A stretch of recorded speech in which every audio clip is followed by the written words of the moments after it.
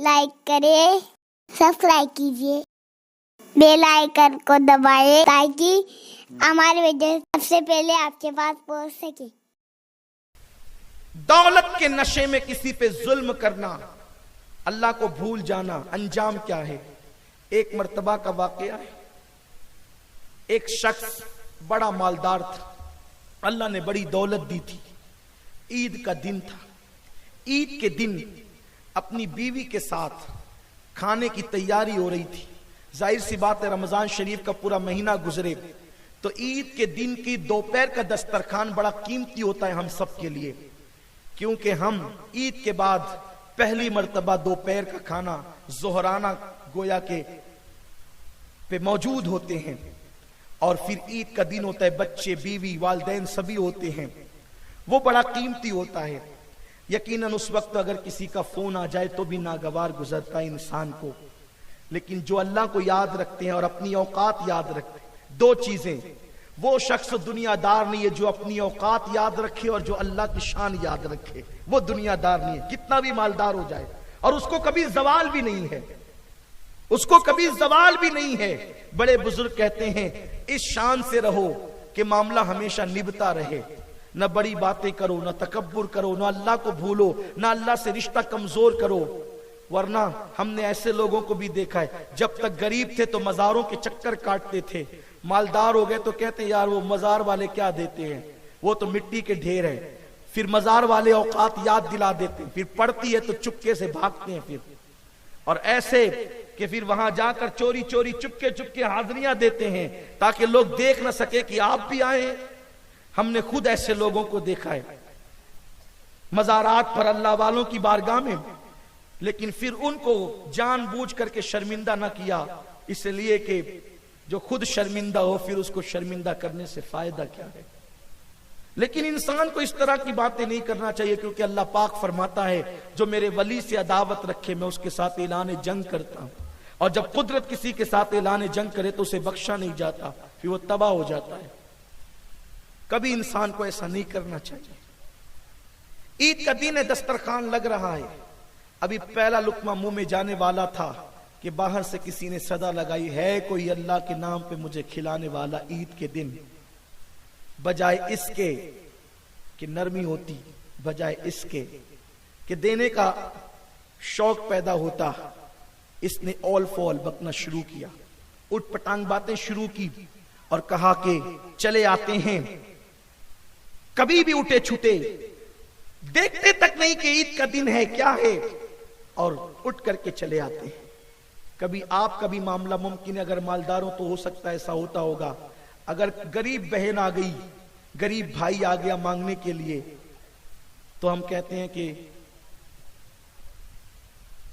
جب دیکھو جب یہ چلے آتے، اللہ نے دیا ہے تو دو، اس لیے کہ یہ یقین رکھو دینے سے کم نہیں ہوتا، دینے والا کبھی پریشان نہیں ہوتا، دینے والا کبھی تنگ دست نہیں ہوتا۔ اللہ کا وعدہ ہے میری راہ میں ایک دو گے میں تمہیں 70 دوں گا، 700 دوں گا، تم کو بے حساب دوں گا۔ اور مالدار بننے کا طریقہ آج آپ کو بتا دیتا ہوں، اپنی طرف سے نہیں، کسی باوا کی طرف سے نہیں، کسی عامل کی طرف سے نہیں، بلکہ کسی ولی کی طرف سے بھی نہیں، جو نبی قاسم نعمت ہے ان کی طرف سے۔ حضور علیہ السلام فرماتے ہیں جو اپنے ماں باپ پر، اپنے بھائیوں پہ، اپنی بہنوں پہ، اپنے رشتہ داروں پہ خرچہ کرے گا، اللہ تعالیٰ اس کو کبھی تنگ دست نہیں کرے گا، اللہ اس کو مالا مال کرے گا، اور اس کی عمر میں بھی اللہ برکتیں عطا فرمائے گا۔ اس لیے غریبوں کا، پڑوسیوں کا، مفلسوں کا خیال کیا کرو، دینے والا ہاتھ ہمیشہ دیتا ہی رہتا ہے۔ تو مانگنے والا آیا، اس نے کہا جب دیکھو جب چلے آتے ہیں، نوکروں کی طاقت تھی، اس نے نوکروں سے کہا، اس نے یہی کیا، دھکے مار کے نکالو اس بدبخت کو تاکہ کبھی یہ میرے دروازے پہ آنے کی ہمت نہ کرے۔ لوگوں نے اس کو دھکے مار کے باہر کیا۔ اور میں اپنے جوانوں سے بھی کہتا ہوں، کسی کے حکم پر کسی پہ ہاتھ اٹھانے سے پہلے سوچو کہیں اس کی بددعا تمہیں کھا تو نہیں جائے گی، کہیں اس کا صبر تمہیں ہلاک تو نہیں کر جائے گا۔ اور سنو، اگر تم نے کسی پر جو بندہ بے گناہ ہے، جو بے قصور ہے، تم نے اس پہ ظلم کیا ہے، آج نہیں تو کل اس کی آہیں، اس کی آہ تمہیں تباہ و برباد کر کے رکھے گی. کیونکہ اللہ کے رسول فرماتے ہیں مظلوم کی آہ کبھی رد نہیں ہوتی. اس لیے دولت کے نشے میں کسی کو مظلوم مت کرنا، اگر ہو سکے تو مظلوم کی مدد کرنا، ظالم کی مدد نہیں کرنا. کوئی کتنا بڑا دولت مند ہو اور اس کے لیے چاہے آپ پر کتنی مصیبت آئے اس کے لیے تیار رہنا، کیونکہ جب تک تم مظلوم کی مدد کرتے رہو گے اللہ تمہاری مدد کرے گا. اس شخص نے دولت کے نشے میں کہا مارو اس کو اور ہٹا دو یہاں سے. اس کو لوگوں نے مار کے ہٹایا، وہ گر گیا، کمزور تھا، غریب تھا، گر گیا. اس کا مکان قیمتی دیکھتا رہا اور آسمان کی طرف نظر کرتا رہا، اور اس کا ایک جملہ اس کی زبان سے نکلا. جملہ یہ تھا، اللہ میں انصاف کسی اور سے نہیں چاہتا، انصاف تو میں تجھ سے چاہتا ہوں، اور میرا اللہ انصاف والا، عدل والا ہے. ابھی وہ آنکھیں بھر کر کے دروازے سے گیا ہی تھا. یہ بھی میری بات زندگی بھر ہو سکے تو دل پہ لکھ لینا، زندگی میں کبھی کسی کی بد دعا مت لینا، حتیٰ کہ کبھی کسی کتے کی بھی بد دعا مت لینا، حتیٰ کہ کبھی کسی جانور کی بھی بد دعا مت لینا. آپ کہیں گے کیا کتے اور جانور بھی بد دعا دیتے ہیں؟ ان پہ ظلم کرتے ہو تو ان کی آہیں بھی بلند ہوتی. ہر ذی روح جب تڑپتا ہے تو اللہ کی رحمتیں بے قرار ہو جاتی، خدا کی رحمتیں بے چین ہو جاتی ہے. اور اللہ تبارک و تعالیٰ اپنی مخلوق سے پیار کرتا ہے. الخلق عیال اللہ، مخلوق اللہ کا کنبہ ہے. اور دوسرے مقام پہ فرمایا ارحموا من فی الارض ویرحمکم من فی السماء. تم زمین والوں پہ رحم کرو گے، آسمانوں کا خالق تم پہ رحم کرے گا. وہ یہ کہہ کر کے نکلا. اس کے بعد سے اس کی الٹی گنتی شروع ہو گئی، کاروبار ڈھپ پڑنے لگا. یہ پہلا زنا ہے. دل بے چین رہنے لگا. جب کاروبار ڈھپ پڑنے لگے تو فوراً کان پکڑ لیا کرو، سچے دل سے استغفار کیا کرو، ڈھونڈا کرو کسی کا دل تو نہیں دکھایا، کسی کو اذیت تو نہیں پہنچائی، کسی کو تکلیف تو نہیں پہنچائی. یہ جی ایس ٹی وغیرہ کے فتنے جو آتے ہیں نا، وہ اپنے کرتوت کی وجہ سے آتے ہیں. اپنے اعمال جیسے ویسے فتنے آتے ہیں، ورنہ کسی کی اوقات کیا ہے. لوگ کہتے ہیں مسلمانوں کو ٹارگٹ کیا جا رہا ہے. مسلمان بھی تو مسلمان بنے، مسلمان بھی تو کچھ ٹارگٹ کرے نیکیوں کا، کچھ عاجزی لائیں، ان کے ساری لائیں.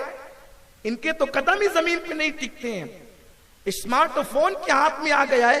کتنے مسلمان ایسے جن کے ان کے ہاتھ میں اسمارٹ موبائل ہے اور وہ قرآن بھر کے روزانہ قرآن سنتے ہیں، علماء حق کی تقریریں سنتے ہیں. کتنے وہ لوگ ہیں؟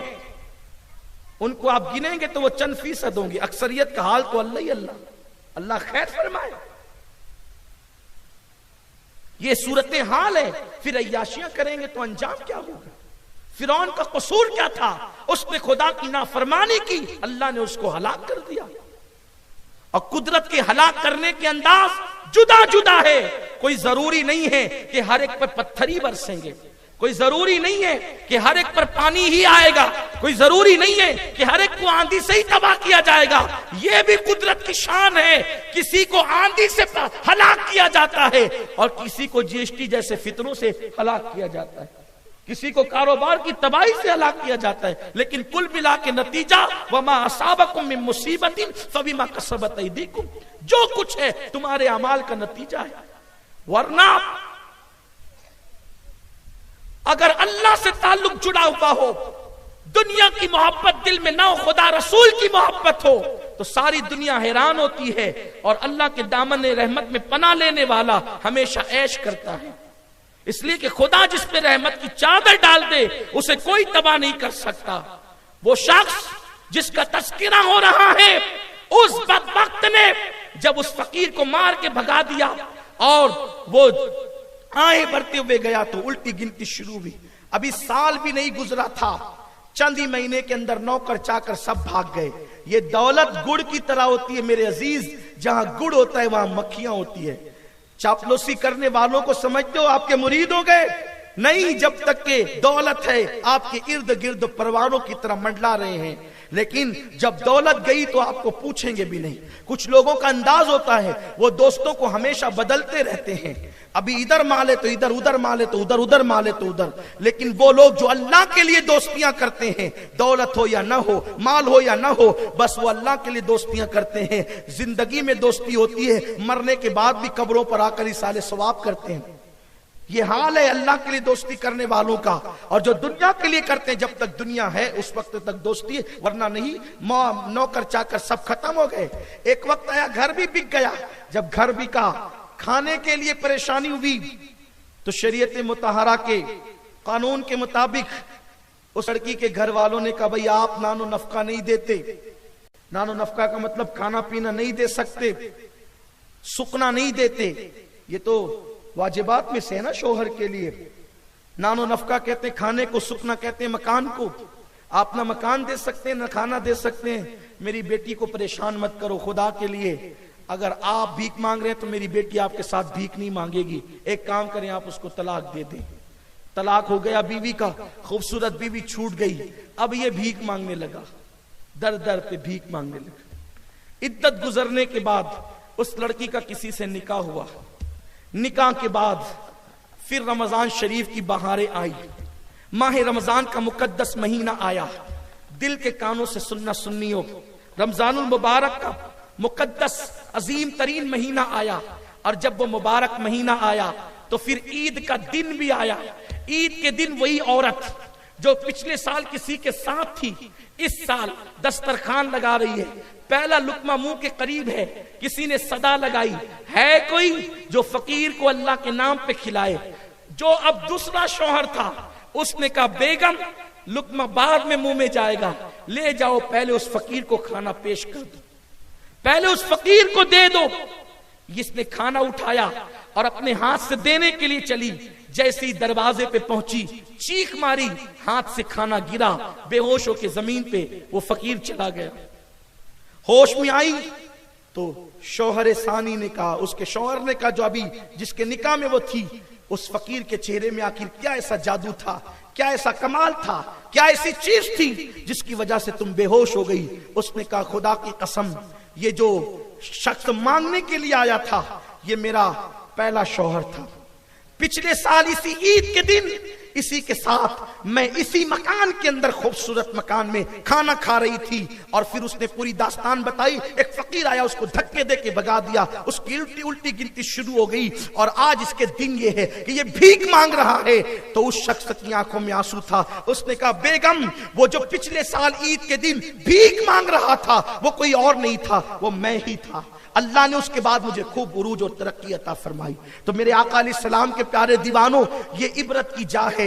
بڑے بڑے بادشاہ بھیک مانگنے لگے, فقیر بن گئے. اس لیے دنیا کی محبت دل سے نکالو. اللہ خوبصورت مکان دے تو جھوپڑے والے کو حقیر نہ سمجھنا. اللہ خوبصورت بائک دے تو سائیکل پہ چلنے والے کو حقیر مت سمجھنا. یہی دنیا کی محبت ہے اور یہ انسان کو تباہ کر دیتی ہے. بلکہ اللہ جتنا نوازے, جب بھی کسی اپنے سے چھوٹے سے ملو, غریب سے ملو, فقیر سے ملو, محبت سے ملو, پیار سے ملو, تاکہ اس کا دل نہ دکھے. اور اگر رشتہ داروں میں غریب ہوں تو کبھی ان کو فراموش نہ کرو. اور سنو, دنیا کی محبت یہ بھی ہے کہ انسان دنیا کی محبت میں حرام کمانے لگے, دنیا کی محبت میں انسان جو ہے وہ سود لینے لگے, دنیا کی محبت میں انسان رشوت لینے لگے. کچھ لوگ اپنا ایم بناتے, مقصد بناتے ہیں اپنا کہ ہمیں مالدار بننا ہے, پھر چاہے جیسے بننا ہے, حرام کھانا پڑے تو کھا لے, رشوت لینا پڑے تو لے لے, جو کرنا پڑے کرے, لیکن پھر ہمیں مالدار بننا ہے. بس یاد رکھنا, اللہ تبارک و تعالیٰ نے جتنی دولت لکھ دی ہے اتنی دولت آپ کو ضرور ملے گی میرے آقا علیہ السلام کے پیارے دیوانوں. لیکن یاد رکھیے گا, دولت ضرور ملے گی, اس کو حرام سے حاصل نہیں کرنا, حلال سے حاصل کرنا. اور دولت کی محبت میں اتنا ڈوب مت جانا. بار بار پیسے ہی گن رہے ہیں, تسبیح پڑھنے کی فرصت نہیں, پیسے ہی گن رہے ہیں. اللہ رب العزت فرماتا ہے الذی جمع مالا وعددہ, کیا یہ جو تم مال بار بار گنتا ہے, اس کو جوڑ کے رکھتا ہے, کیا یہ تجھے اللہ رب العزت کی عطا کردہ موت سے بچا لے گا؟ نہیں نہیں, اللہ رب العزت کی موت سے یہ چیز تجھے نہیں بچائے گی. اس لیے اللہ سے دل لگا, اس کے رسول سے دل لگا, حلال کی طرف آ. کمنٹ شیئر ضرور کریے.